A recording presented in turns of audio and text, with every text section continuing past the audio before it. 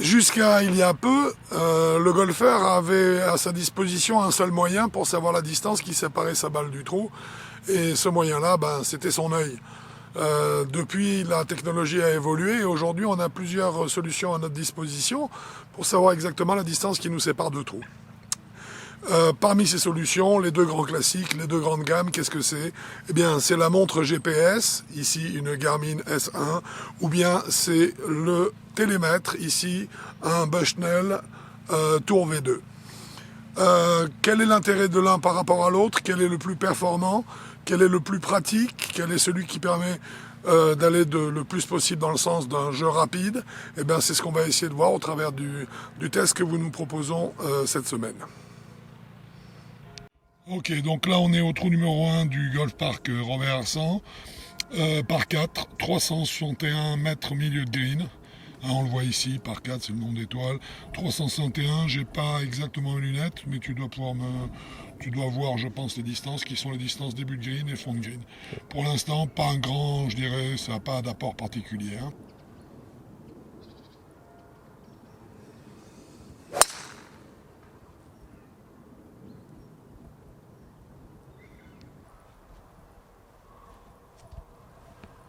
Bon, je viens juste de regarder à quelle distance était l'arbre qui me gênait, on va dire, dans le petit dogleg de ce trou numéro 1. 239 mètres.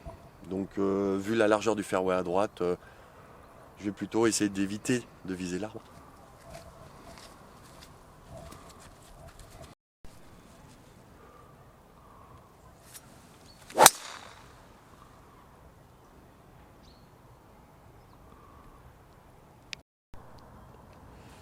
Ok. Donc là, il me dit 153 milieu de green, 161 au fond, 147 devant, 153, 152 milieu de green. Donc, c'est simple.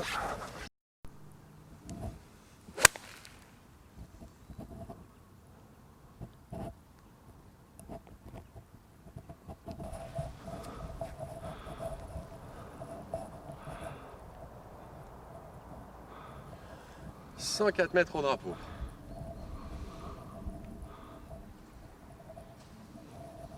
Ah bon, 104 au drapeau, c'est bon, on y va.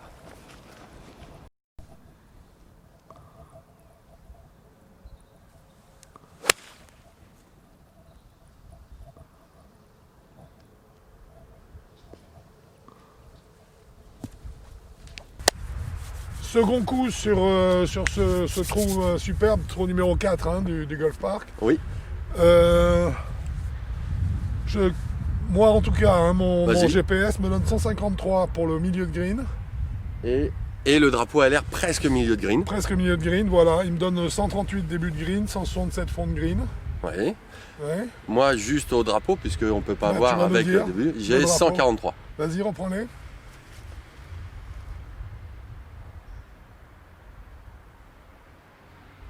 « 146.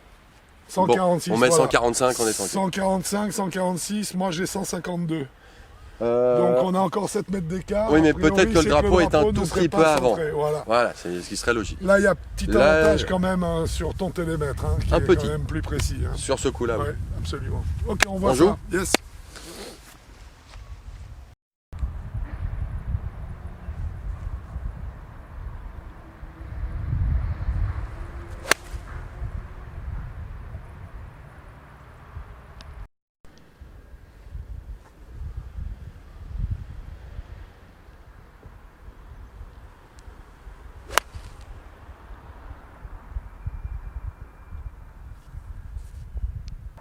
Bon, par 5. Un green protégé par des bunkers. On est quand même pas tout près. On va viser. C'est dans ce sens-là.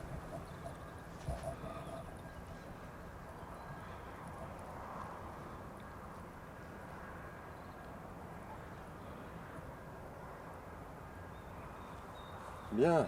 232 mètres jusqu'au premier bunker. Et 274 jusqu'au drapeau.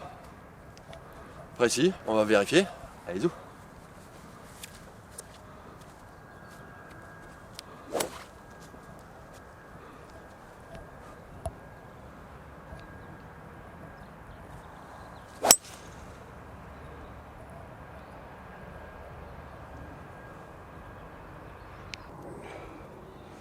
247 milieu de green. Bon, c'est là où on a un peu d'incohérence quand même. 251 au fond. Je pense pas que le green fasse que 8 mètres de large. 231 entrée de green. 247 pour la cible.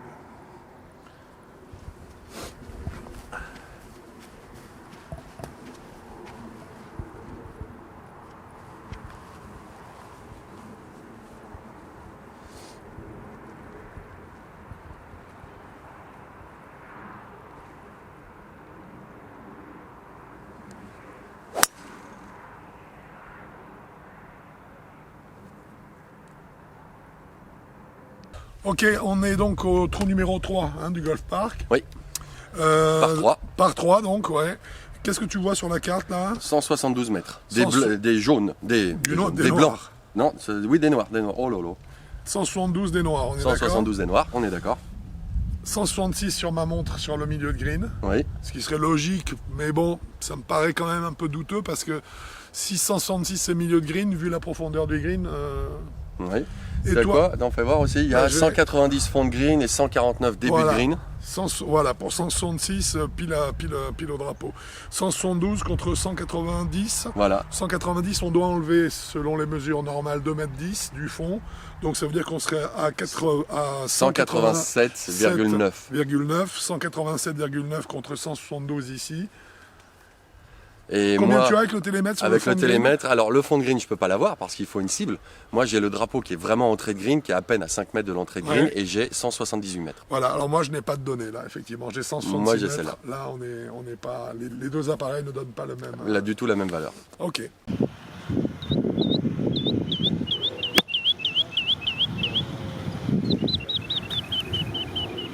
Alors, Quentin. Oui. Aujourd'hui, ça a été l'occasion ici sur le Golf Park Robert Arsan, notre lieu de prédilection. Ça a été donc en fait l'occasion de tester ceci, qu'on appelle un GPS. Une montre GPS. Voilà, et en faire le comparatif, ou en tout cas le mettre... Comparatif, non, on compare pas. Mais non, on ne peut pas comparer deux choses qui sont différentes. Exactement. Mais en tout cas, voir quels sont les avantages et inconvénients de chacun de ces modes de calcul de distance sur le parcours, puisque... Voilà. Qui sont à votre disposition aujourd'hui. On a donc un télémètre qui est un Bushnell. Bushnell, un Tour V2. Voilà. Alors le prix des télémètres aujourd'hui? C'est entre 250 et 500 euros. À savoir que ça va un peu plus loin aussi. Il y a des modèles, voilà, il y a des modèles plus chers, mais là, en gros, hein, c'est entre 250 et 500 euros.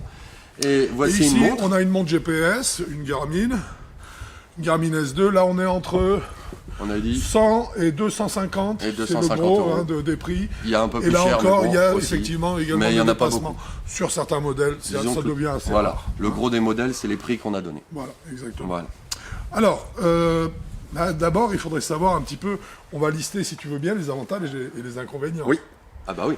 Alors, on va commencer par quoi? La montre, à toi l'honneur. Alors écoute, l'avantage... Alors, on va commencer avant d'être sur le parcours. L'avantage, non, le désavantage, c'est qu'il faut penser déjà à la charger. Ça se charge à chaque fois. Oui.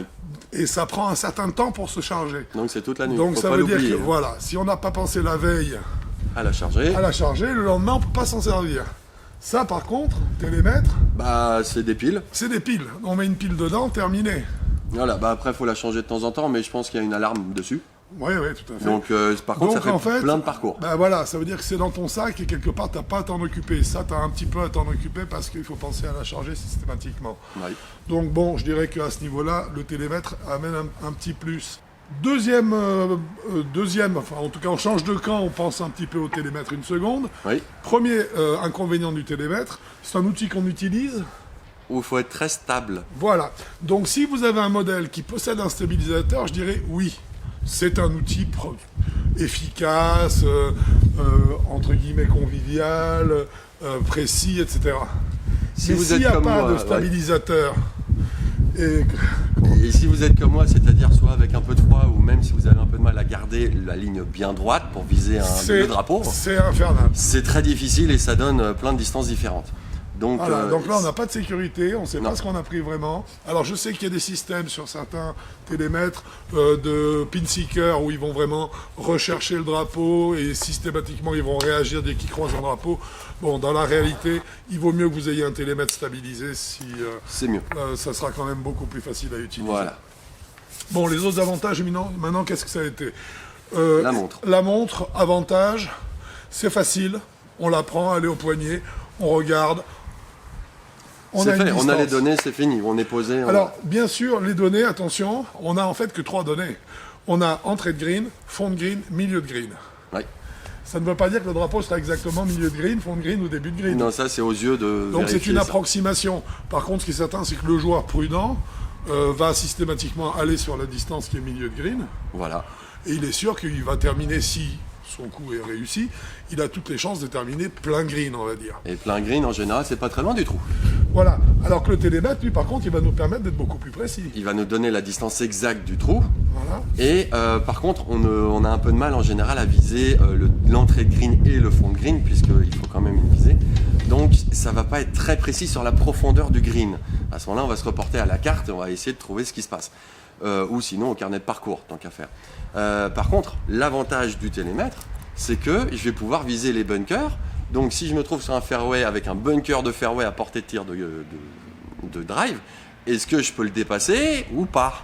Alors c'est le gros avantage parce qu'en fait tu as une précision par contre avec le télémètre en qui est au mètre près, qui te permet de mesurer la distance qui te sépare d'autres obstacles ou de calculer la distance qui sépare un obstacle d'un autre. Exactement. Ou d'un obstacle du green. Donc quelque part on a quand même beaucoup plus de précision. Mais ça intéresse donc des gens qui ont aussi un niveau de jeu qui leur permet d'être très précis. Voilà, ça intéresse aussi autour du green. Ouais. Pour les bunkers, ouais. Ça c'est important, ouais. Pour savoir si à quelle distance est le bunker, si est-ce que je peux le par 5, est-ce que je peux l'atteindre facilement ou pas, ouais. Parce que s'il y a des obstacles, ça gêne quand même. Et ensuite, quand il y a un trou avec un dogleg, je sais où est le virage, à quelle distance, et où est le fond. Ça, le GPS. Alors, il y a des GPS qui vous permettent, avec une fonction tactile, de déplacer sur le dessin du trou, de déplacer cette fonction pour savoir exactement à quelle distance se trouve le bunker. Mais ça reste relativement... à mon avis, c'est la montre à 500 balles. Alors d'abord, c'est le modèle le plus cher, mais ensuite, ça reste relativement... On doit se fier à un dessin. Hein, voilà. Il faut se fier à un dessin qui est sur la montre.